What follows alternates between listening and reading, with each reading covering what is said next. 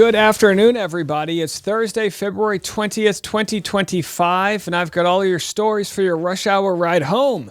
Today's episode of The Rush, we've got Delta Bucks. That's right, Delta's offering cash to those that were in the plane crash. I'll tell you how much. And Kim Kardashian sued by someone after doing a good deed.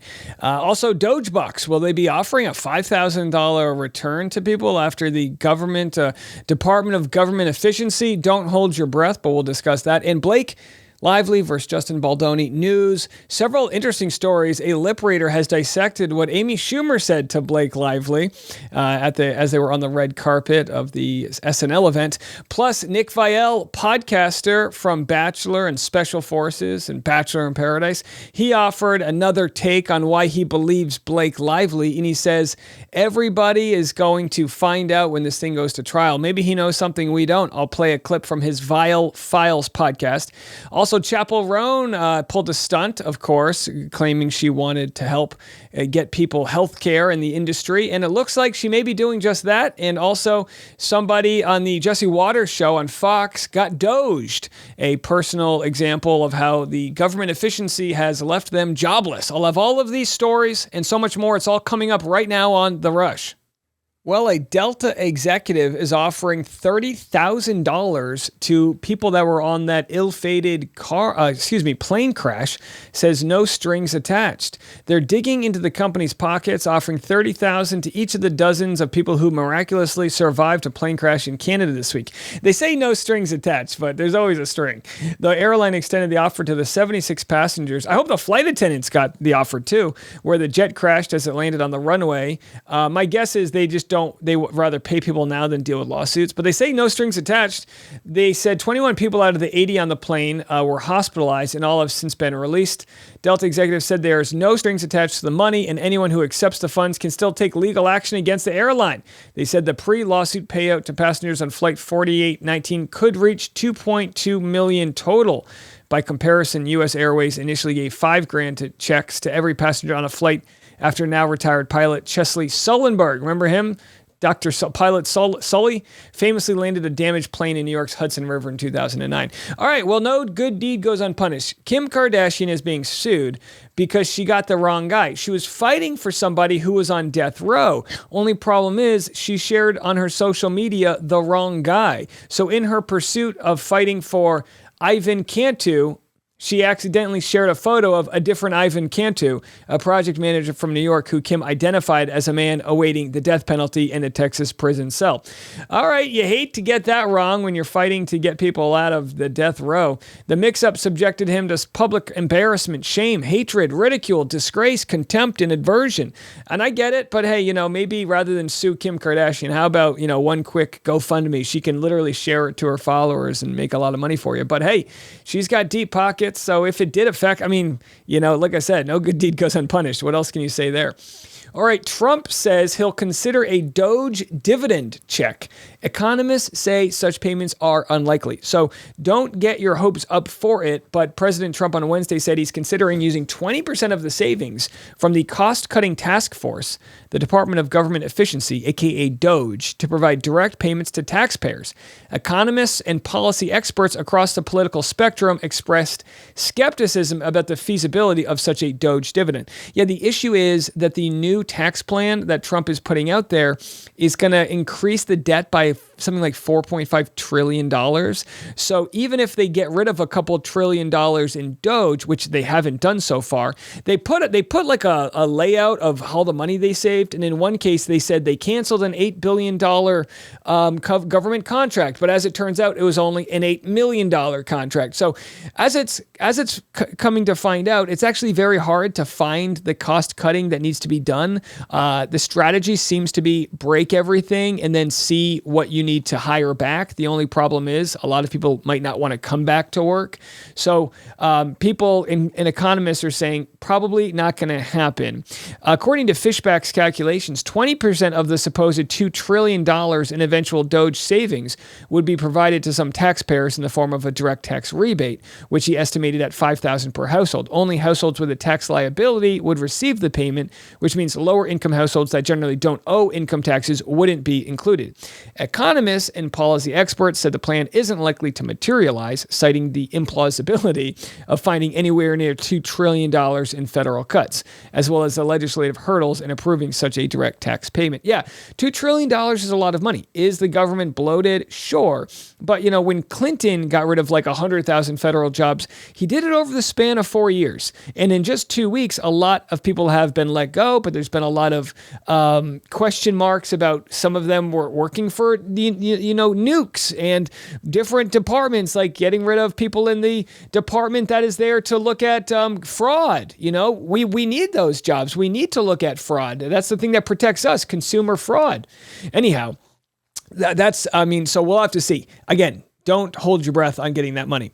The corporate tax rate the plan was to cut it from 21% to 15%. My thought is this: why don't you raise the corporate tax rate to 25% and then cut the taxes on the middle class, the people that don't have the extra income? Just a thought. I know some bootlickers will say, oh, but Dave, they're just going to pass the money on to you. Well, maybe people then will decide not to buy products they don't need. I don't know. Walmart, of course, showed that they have weakening sales and a bad projection for how they're going this year, which is crashing the market today. So time will tell in which direction the economy is going. Blake Lively's publicist didn't start the PR war, and she wants to be dismissed from the lawsuit. So we did a live video over an hour today. If I could summarize this really quickly, she threw haymakers at Justin Baldoni today. I mean, haymakers. She says she wants to be dismissed. It probably won't happen. But she makes a case why she shouldn't be sued for defamation, even though she said that Justin sexually assaulted Blake and, said, well, I was just relaying what the reporter said. And she, said things that like the cast has been turned against Justin. So she definitely was a part of a campaign to discredit Justin, but she says she's allowed to have that opinion.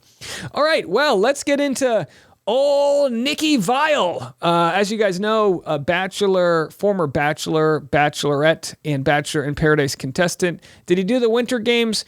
The Bachelor leech himself with the opinions that will always be the wrong ones, comes out and continues to talk about the Blake Lively, Justin Baldoni case. What's interesting, though, as they kind of covered this like a few weeks ago, then they got a lot of pushback, and then they were like, we're not going to cover it anymore. So they've been sleeping on the biggest case in the world, in the entertainment news world. They cover all these other stories, and they're sleeping on the biggest one because they're on the wrong side of the story. Now, look, they could end up being right that Justin Baldoni's a bad guy and Blake Lively is the innocent one and there was a giant smear campaign and all of that. They could be right. The problem is the energy in which they came into this, the smugness that they brought, saying, you can't tell me otherwise, this is true. They essentially took Blake Lively's side as gospel and discredited Justin Baldoni's side.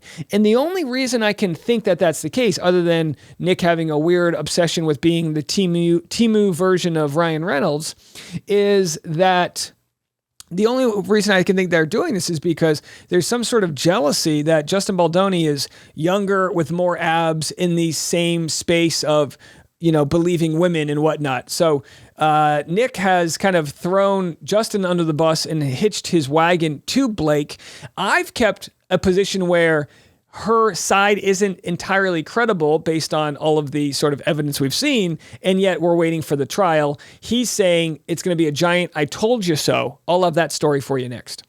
Well, a broken clock is right twice a day. Will Nick be right on this one? Time will tell. Have a listen.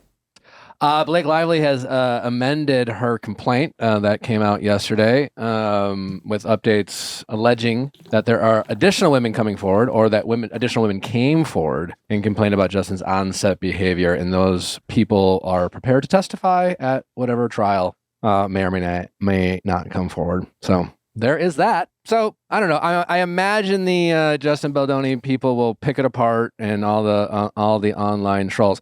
I'm just really, really looking forward to the day this finally goes to court. I'm just looking for that day where I can tell all of you, I told you so. There's going to be a lot of people who really embarrass themselves. Whitney Cumming comes to mind most importantly, but Whitney I don't think that's the biggest thing. Well, there's a lot of people, but I'm just like, most of the people who are like coming forward are just like people you've never heard of. They're like online. Oh, I meant Whitney Cummings has other stuff she can be embarrassed for. All right, so they do this sort of catty, under your breath, inside joke stuff. I don't get it. I mean, everyone's entitled to watch whatever they watch. I just don't get it. And the biggest issue I've had, and honestly, they can take this as constructive criticism. The biggest issue I've had with them is like, do your fucking work. Like, they don't even cover the factual stuff. They kind of just gloss over things, read a headline. It's everything you hate about Facebook when you've got like that aunt who doesn't read the full story. That's their entire podcast. They've got 17 producers working. No one plays source material, shares the audio. It's like, so basically this happened. Their podcast should be called So Basically with Nick Viall, because that's what it is. And again, I'm not knocking it because look, we're thriving over here. We're crushing it. It's just when you see someone have all of the technical aspects to make a real kick-ass show and you just see like the snark, I don't know, snark to me is like the lowest form of energy. So he says, I'm looking forward to saying I told you so. It seems to me that Nick would rather take a case that is about either about sexual harassment at the workplace and make it about him being right. When, again, a broken clock is right twice a day. There's a coin flip where he's on the right side of this story, but also talk about ignoring all of the evidence that has pointed towards, the mischaracterizing of what actually went down by Blake's camp. So I'm guessing they read the amendment like we all did. I read it last night for you. And you go, well, there's all these people that are going to testify. Are they? Where are they? We'll find out. Why didn't they show the screen grabs? I think it's fair for the audience to cross-examine this. And I think it is so dismissive of Nick to be like, lots of people are going to be embarrassed. Why? Because they asked for evidence before they believed someone. Like, I don't know. I live in a world where like, prove it. Prove it. So either way, he's going to, cover this. He's going to keep 1 foot in, 1 foot out and play both sides and do that kind of snake thing that they do. All right. Amy Schumer is in the news about what she said to Blake Lively. They have a lip reader. She was at the event with Blake Lively at the SNL 50. And look, I've got a sort of a bone to pick with Amy Schumer, but there's a lot of people that are like, oh, I don't like her, blah, blah, blah. I just know how she's treated comedians on a personal level, and it's atrocious. The fame and power she got from stand-up went straight to her head. And some comedians that there are plenty of stories of comics being like, man, F her. Either way, that's neither here nor there. So this is what a lip reader said. Lively told Amy Schumer, I need this hug so much, before glancing over at her husband, Ryan Reynolds, and saying, God help me. And then, you're going to be okay, said Amy. They are projecting onto him. And that is the lip reading. Again, I don't know if it's true, but that's what their lip reader says. They said, the two ask Ryan Reynolds, how's it going? Subtly referring to the It Ends With Us drama. The Deadpool star quipped, great, why? What have you heard? Okay, that's what was said live on air. So yeah, not much ado about nothing with the Amy Schumer stuff. But then we have Blake Lively claims her children are traumatized by Justin Baldoni drama. She struggles to leave home. This is, I guess, sources that they share. Look, you never want to bring someone's kids into it, but I'm guessing this is coming from their source, which is trying to paint her and humanize her as like just a mom trying to survive. And I get it. I understand. This must be terrible for someone's mental health. I know if my wife gets in a fight with someone on Twitter, you got to hear about it for days. Like, I get it. It sucks. You don't want anyone who's a mother to have to deal with the outside world when you should just be being a mom. With that said, if she did these things, she's got to live with it, and if she didn't, then it's a terrible injustice upon her. So either way, that's how I feel about that. You know what I mean? But luckily, what Blake Lively can do is she can just turn her phone off and live her life. No one's heckling her in public. She can just perfectly live her life and be perfectly fine. And Justin Baldoni will be the one who's worth less money when this is all said and done. Even if he wins a $400 million lawsuit against them, they're still going to be worth more. And I think Justin Baldoni needs this lawsuit because his whole career is staked on it. All right, we have an update for the Pink Pony Club. Everyone who wants to be a part of the Pink Pony Club, we got Chapel Roan calling to action. UMG launches a music industry mental health fund. Hey, it's a start. Universal Music Group's extended partnership with the Music Health Alliance comes after the Best New Artist winner called out record labels in her Grammy acceptance speech. So she called out a record label saying, if you care about us, why don't you help provide us with health insurance and livable wages and all the things that you need when you're an up-and-coming artist? And, she got some criticism, but I think her point was great. I hope she and everyone else uses their platform to just really advocate for universal health care. We wouldn't have to worry about some dumb employer covering our health care, like some feudal slave situation, if we just all paid into a universal system.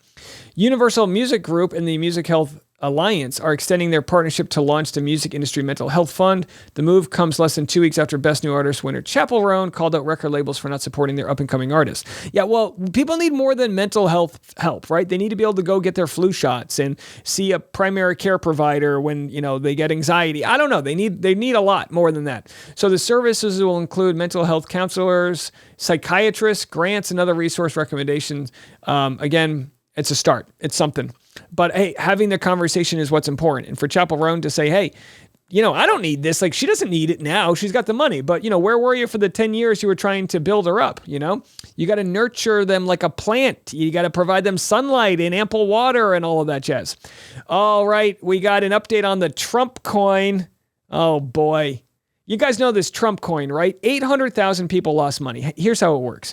Donald Trump, like 2-3 days before he became the president, created this coin which you can buy.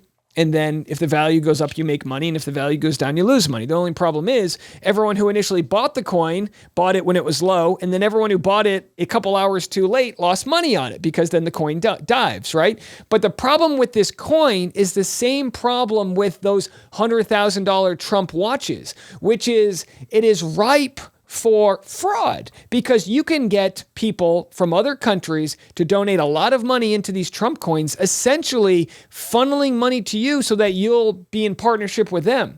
When it comes to this whole Make America Great idea, it's hard to know that when there's no transparency. Are you making America great or are you making your billionaire friends great? That's the question. Here's a thought from Congressman Jake Auchinclose about the Trump coin. That Trump coin is the equivalent of issuing the account number for a Swiss bank account, telling foreign adversaries they can deposit funds into that account anonymously, but then come and show him the receipts privately to prove that they have so done. It is the most brazen act of corruption of the modern presidency. And if you don't think that the Chinese and the Saudis and the Turks and the Qataris are buying some of that coin, I think people are deeply naive. Yeah, I mean, initially what was happening was foreign governments were staying at Trump hotels, and that was a way to sort of launder money. Like, we'll buy up all your hotels, and money comes in, and they're probably not even staying there. But this is brazen because you can't track who owns the money that's being invested into the Trump coin, which was launched days before he went to office. I mean, the only reason why more people aren't upset over this is people hear Bitcoin and they hear e-coins and they go, oh, I don't have no idea. Like, it's kind of complex in the sense that it's a made up thing. It's all speculative, but the issue is a president. I mean, Jimmy Carter shut down his peanut farm. You shouldn't have money in other investments and also control the actions of the free world, including which we're going to share next, this idea that Trump finds out that Doge, which is Elon Musk, and SpaceX employees are working at the Federal Aviation and Defense Department. Folks, we call that a conflict of interest. Have a listen to this. President, given your concerns about corruption, you said that if there were any conflicts of interest with Elon Musk, you wouldn't let him anywhere near it. That's right. Doge and SpaceX employees are now working directly at the Federal Aviation Administration and the Defense Department, agencies that have billions of dollars in contracts with Musk's companies or that directly regulate his companies. How is that not a conflict of interest? Well, I mean, I'm just hearing about it, and if there is, and he told me before I told him, but obviously I will not let there be any conflict of interest. He's done an amazing job. They've revealed, in fact, he's going to be... He told me before I told him. They're telling someone you won't have a conflict of interest is a conflict of interest. That's why you need a third party, someone to overlook it. They got rid of that, right? They got rid of all of the oversight that prevents this from happening. So what's going to happen is Doge is going to look at this and say, well, NASA, federal aviation, they're not being run properly. We'll take that over. And then they privatize this so that he's in control of the, it's ridiculous, right? Be on tonight, a big show called Sean Hannity at 9 o'clock. And he's on and I'm on and we talk about a lot of different things. And any conflicts, I told Elon, any conflicts, you can't have anything to do with that. So anything to do with possibly even space, we won't let Elon partake in that.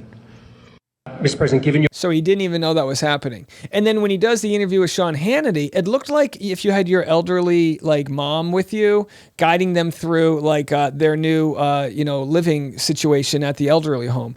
You had Elon Musk answering on behalf of Trump, and it was just like, what the hell is going on here? So, you got to show the corruption where you see it. Now, of course, Trump said he said this the other day, he who saves his country does not violate any law. I wanted to share what someone with a backbone looks like. This is Representative Joe Towns, a Democrat from Memphis. Anybody can violate the law.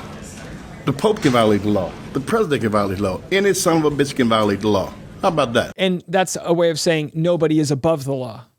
Okay, that's crazy talk. You're not immune because you're elected to some damn position. Okay, everybody has to be subjected to the law.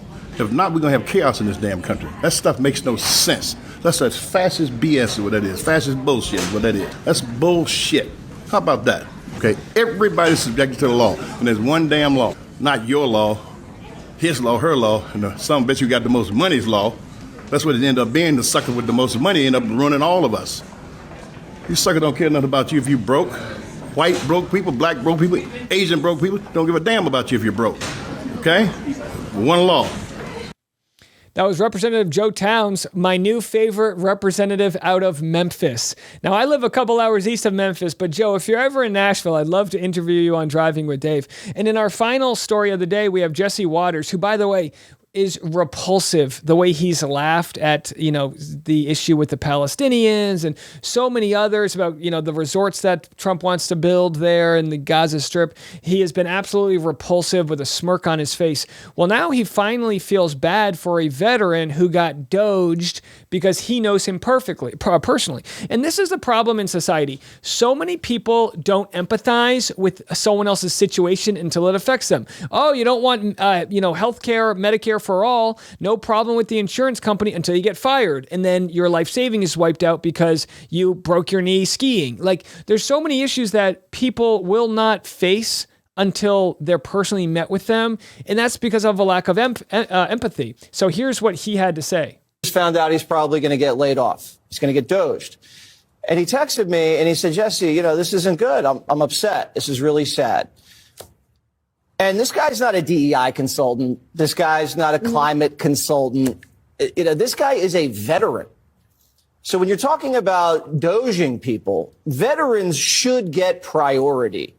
Because if you're going to go out there and kill enemies and put your life on the line for this country, you shouldn't be in the same category as people. So he says veterans should get priority. And look, no one wants to respect veterans more than me. We have our friend Jenna on, the millennial veteran, sharing her story where she was faced with the tough decision of go back to work or take the deal to, quit or whatever. And then there's so many instances, as we've discussed, some of the cuts that have been made have cut the veterans hotline. The number one issue for veterans after, coming back from war, it has been self-harm. And to cut a hotline that is there to protect them, we should be protecting our veterans. And part of that protection comes with universal health care, both mental, physical, and other ways to sort of bring our vets back into society. You probably know this from me talking about it. My father had post-traumatic stress disorder from Vietnam. He had that on his death certificate along with Agent Orange. A exfoliant or defoliant that was created by Monsanto to burn through the forest so we could kill people easier, and yet we poisoned our own people with it. These veterans need our help. Absolutely. The problem I have with Jesse Waters is it takes a phone call from a close friend to be exposed to the fact that these cuts are going to affect all of us. It's not about the bottom dollar. It's not about saving every single penny that's out there. It's about those that make more money can provide a little bit more to the social fabric of the country so we can pave the roads and have good school systems and have firemen that are trained and police officers that can de-escalate situations. That's what social programs are supposed to be for, bringing us all together so we don't feel like we're living on the fritz. It shouldn't take Jesse Waters in his nice, maked up news chair here to finally be personally affected where he now says, oh, it's gone too far. That are doing DEI. Now, Harold and his ilk like to talk about the slash and burn corporate ethos. We just need to be a little bit less callous with the way, Harold, we talk about doging people. Okay, I want that to sink in. You're arguing with yourself. No, I am not guilty. So they call him out for his own, hypocritical nature. So, Jesse Waters, on behalf of all of us out here, go fuck yourself. Okay, I would Doge you in 2 seconds if I had the power. You're a disgrace. You're part of the culture war issue that's pulling people apart in a world where we need to mend those divides and bring each other back together. So go fuck off. And to anyone else out there, open up your eyes when you see these culture war issues. Anytime someone wants to talk about, oh, I thought we were just cutting DEI initiatives. How grand from the nice white man on camera to care a lot about the DEI issues, as if he's had any issues getting to where he is today based off of, what merit got him to where he is. All right, folks, I think I've said enough. I get pissed off. We're not having the right conversations we need to have. It's not a left versus right issue. It's top versus down. And when, and it might be sooner than later, is our country going to come together? Those of us that are solidly in the middle class and understand that the problem's not DEI. The problem's not saving a couple bucks at USAID. The problem's not if we can just tweak Medicare and save a little. No, the problem is we're cutting taxes for the elites and it's leading to trillions of dollars that could be coming back into the country, but instead it's being siphoned and absorbed upwards so folks like Jesse Waters can, suck the teat of those that pay his bills. That's it for me. We'll be back in the morning. I'm Dave Neal, and this is The Rush.